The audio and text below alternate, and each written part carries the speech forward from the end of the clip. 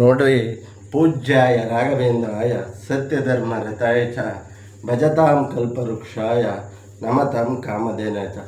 ಯಾವುದರಲ್ಲ ವಿಷಯಗಳಲ್ಲಾಗಲಿ ನಾವು ನಿಷ್ಠೆಯಲ್ಲಿರಬೇಕು, ಯಾವುದೇ ವಿಷಯಗಳಲ್ಲಾಗಲಿ ನಾವು ಧೈರ್ಯವಾಗಿರಬೇಕು, ಸಾಧಿಸ್ತೀವಿ ಅನ್ನೋ ಛಲ ಇರಬೇಕು, ಸಾಧಿಸ್ತೀವಿ ಅನ್ನೋ ಧೈರ್ಯ ಇರಬೇಕು, ಯಾವುದಕ್ಕೂ ಒಳ್ಳೆ ಕೆಲಸ ಮಾಡೋಕ್ಕೆ ಹೆದರಬಾರ್ದು, ಮುನ್ನುಗ್ಗಬೇಕು ಅನ್ನೋದಕ್ಕೆ ಸಾಕ್ಷಿ ನಮ್ಮ ರಾಕಿಂಗ್ ಸ್ಟಾರ್ ಯಶ್ ಅವರು. ಒಂದು ಕಾಲ ಇತ್ತು, ಅವರಿಗೆ ಒಂದು ಮೀಡಿಯಾದವರು ಇಂಟರ್ವ್ಯೂಗೆ ಕಾಯಿಸಿ ಆಮೇಲೆ ಮಾಡಲ್ಲ ಅಂಥೇಳಿ ಅವಮಾನ ಮಾಡಿ ಕಳಿಸಿದ್ರು ಅಂತ ಅವ್ರ ಬಾಯಿಂದ ತಿಳಿದಿದೆ.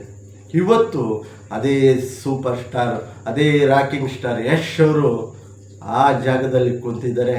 ಇದುವರೆಗೂ ನಮ್ಮ ಕನ್ನಡಿಗರು ಸಿನಿಮಾ ಕೆಲಸಕ್ಕೆ ಹೋಗಲಿ ಯಾರು ಅಲ್ಲೋಗಿ ಕೂತಿರಲಿಲ್ಲ.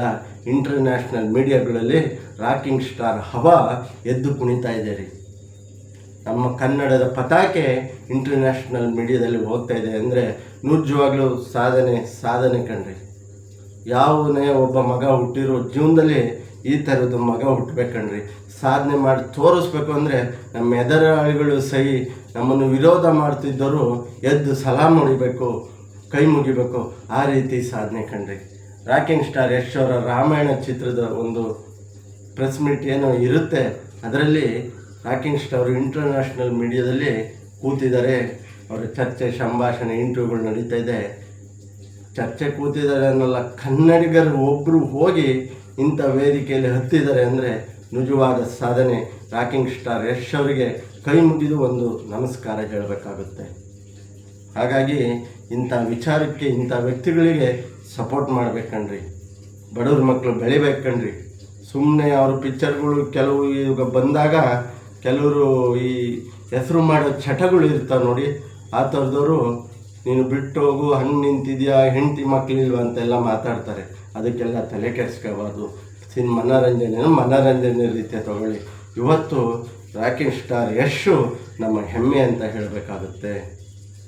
ಹೋಗಿ ಇಂಟರ್ನ್ಯಾಷನಲ್ ಮೀಡಿಯಾದಲ್ಲಿ ಮೊಟ್ಟ ಮೊದಲ ಕನ್ನಡಿಗ. ಹಾಗಾಗಿ ಅವರಿಗೆ ಒಂದು ಧನ್ಯವಾದವಾಗಲಿ, ಒಂದು ಒಳ್ಳೆಯದಾಗಲಿ. ಕಾಲೆಳೆಯರು ನೂರಾರು ಜನ ಇರ್ತಾರೆ. ಹಿಂದೆ ನಾವು ಯಾರೋ ಕೇಳ್ಪಟ್ಟಿದ್ದು, ನಾನು ಕಣ್ಣಾರೆ ಕಂಡಿಲ್ಲ, ವಿಷ್ಣುದಾದವ್ರಿಗೂ ಹೀಗೆ ಆಗಿತ್ತಂತೆ. ಅವರು ಮುಂಬೈಯಲ್ಲೆಲ್ಲ ಬಂದು ಪಿಕ್ಚರಿಂದು ಈ ರೀತಿ ಏನು ಇರುತ್ತೆ, ಪ್ಯಾನ್ ಇಂಡಿಯಾ ಪಿಕ್ಚರ್ ಮಾಡಬೇಕು ಅಂದಾಗ ಕನ್ನಡ ವಿರೋಧಿ ಚಟುವಟಿಕೆ ಮಾಡ್ತಾಯಿದ್ದಾರೆ, ಕನ್ನಡ ವಿರೋಧಿ ಅನ್ನೋ ಒಂದು ಪಟ್ಟ ಕಟ್ಟಿ ಅವ್ರನ್ನ ಸುಮ್ಮನಾಗೋ ರೀತಿ ಮಾಡಿದ್ರಂತೆ. ಆ ರೀತಿ ಕಾಲ ಕೆಲಸ ಮಾಡ್ತಾಯಿದ್ದಾರೆ. ಆದರೆ ಅವರಿಗೆ ತಿಳಿದಿಲ್ಲ, ಕಾಲ ಬದಲಾಗಿದೆ, ಜನ ಬುದ್ಧಿವಂತರಿದ್ದಾರೆ. ಇವರು ಷಡ್ಯಂತ್ರಕ್ಕೆ ಬಲಿಯೋಗಲ್ಲ. ಯಾರು ಕಾಲು ಎಳೆಯೋಕೆ ಹೋಗ್ತಾರಲ್ಲ, ಅವ್ರು ಎಳೆಯೋಕೆ ಹೋದ್ರೆ ಸೈಡಿಗೆ ಎಳೆಯಲ್ಲ, ಅವ್ರ ತಲೆ ಮೇಲೆ ಎಳ್ಕೊಂತಾರೆ. ಭಗವಂತ ಆ ಥರ ಸಾಕ್ಷಿ ಮಾಡ್ತಾನೆ ಅಂತ ಹೇಳ್ತಾ ಇಲ್ಲಿಗೆ ವಿಡಿಯೋ ಮುಗಿಸ್ತಾ ಇದ್ದೀನಿ. ರಾಕಿಂಗ್ ಸ್ಟಾರ್ ಯಶ್ ಅವರ ಈ ಪಯಣ ಮುಂದುವರಿಯಲಿ ಅಂತ ಹೇಳ್ತಾ, ಅವರ ರಾಮಾಯಣಕ್ಕೆ ಇನ್ನೂ ಒಂದು ಉತ್ತಮವಾದ ಒಂದು ಹೆಸರು ಬರಲಿ, ಅವರು ಆ್ಯಕ್ಟಿಂಗ್ ಕೆರಿಯರ್ ಇನ್ನೂ ಮುಂದಕ್ಕೆ ಹೋಗಲಿ ಅಂತ ಹೇಳ್ತಾ, ನಮ್ಮ ಕನ್ನಡಿಗನ ಸಾಧನೆಗೆ ಒಂದು ಸಲ್ಯೂಟ್ ಅಂತ ಹೇಳ್ತಾ ಇಲ್ಲಿಗೆ ವಿಡಿಯೋ ಮುಗಿಸ್ತಾ ಇದ್ದೀನಿ.